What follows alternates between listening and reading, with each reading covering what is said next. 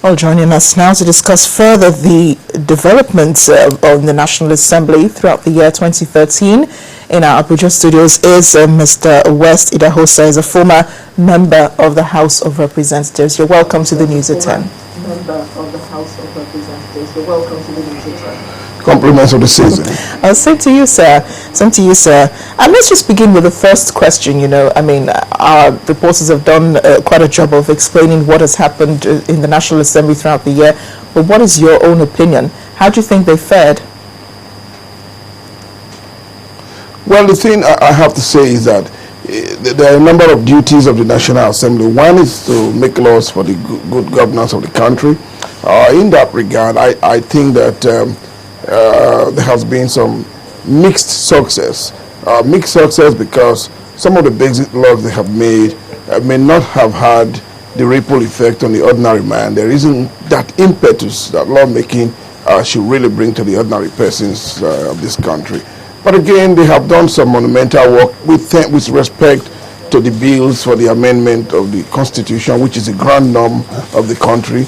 And then once you advance that, I think you've dealt with structuring of the country and fundamental issues that bring this country together. Now, we also expect them to revisit the question of the petroleum industry bill, a critical bill for the economic upliftment of our country, and many other bills that we think should be dealing with, for example, social security and welfare, and more fundamentally, they should look at the bills that deal with the security apparatus of this country, since we are having security concerns at this moment. And I think these are the basic elements that will, of course, attract these bills to public support. Then in terms of its oversight duties, now I would say that they have pushed that beyond my expectation. I am very impressed with the level of investigations that have been carried out in very many matters in the country. And I do think that the problem is not whether or not the reports of these investigations are being implemented on the part of the National Assembly. As we do know, they don't have those powers. Those are executive powers. But the question is, are they going to get more moral support, more public support for this report so that you can push the ball and play it right into the court of the executive and put it into the moral contest where the executive will have little or no moral high ground if they fail to implement these well thought out reports. Mr. Idahosa, I'm sorry to cut in here, but hello, Mr. Idahosa. Opportunity to educate the public too. Mr. Idahosa, I'm actually interested in something you said about the laws. I mean, the bills that were passed by the National Assembly. You said they do not have, of course, a jurisdiction to implement those bills. But then, what is the essence of conducting investigations and making recommendations, and then the executive does nothing about them? I mean, doesn't that discourages Nigerians, those of us who are watching, members in the House? I mean, it almost looks like child's play with all of these investigations going on. Yes, Section 88 and 89 of the Constitution gives the power to the National Assembly to carry out these investigations. I have never really had the opinion that they are mere advices. I see them as statutory advices. And I do know that in presidentialism, once you have that advice from both houses of parliament, it's mandatory. The authorities are very many on this. And I think that the idea to play down, the attempt to play down on this in this country is part of what is giving us concern as a growing democracy.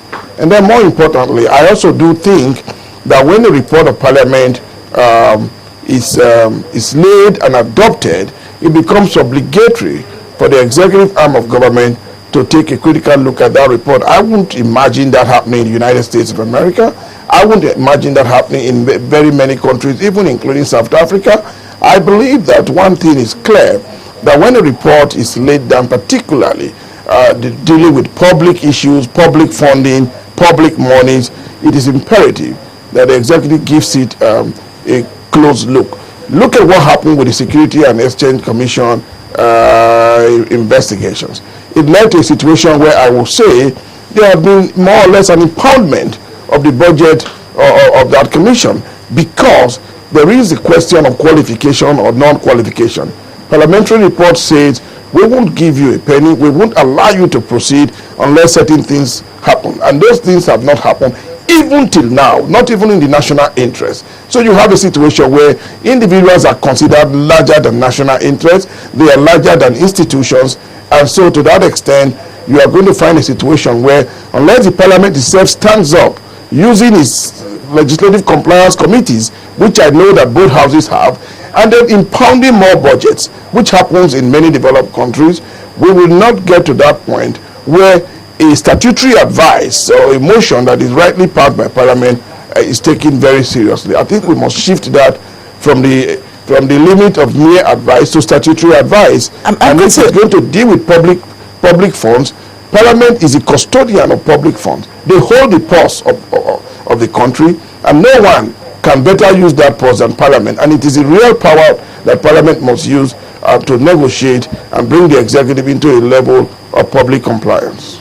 Yeah, one of the issues I know I listened to in that report was that money approved for budgets were not properly accounted for. I don't know what your thoughts are on that. Well, from what has been publicly noted, it is important to point out that there hasn't never really been a good implementation history of national budgets in this country. Particularly for this year, my understanding is that the capital budget itself had not been implemented more than 40%. And that is not strange because we are more interested in the recurrent expenditure in this country, which will allow us to go for training, allow us to travel around the world, allow us to collect all sorts of leave allowances and bonuses, but we neglect that aspect of the budget which will provide infrastructure and which of course will become transformational, as we'll expect every government to accept. My position on that is that the non-accounting, so to speak, again comes back to the court of Parliament, because every committee of Parliament has a responsibility to audit, so to speak, the areas concerning the jurisdiction of that committee with respect to an existing budget before consideration of new estimates for a given year. For example, I will expect that when lawmakers return after the festivities, that they would deeply consider the previous expenditure for 2013, look at the percentage cost for the given items, and then deal with that against the background of the estimates for 2014. You don't expect a ministry that had XYZ budget for 2013 could not even spend the X of it, coming now with the XYZ, YBC, and so on.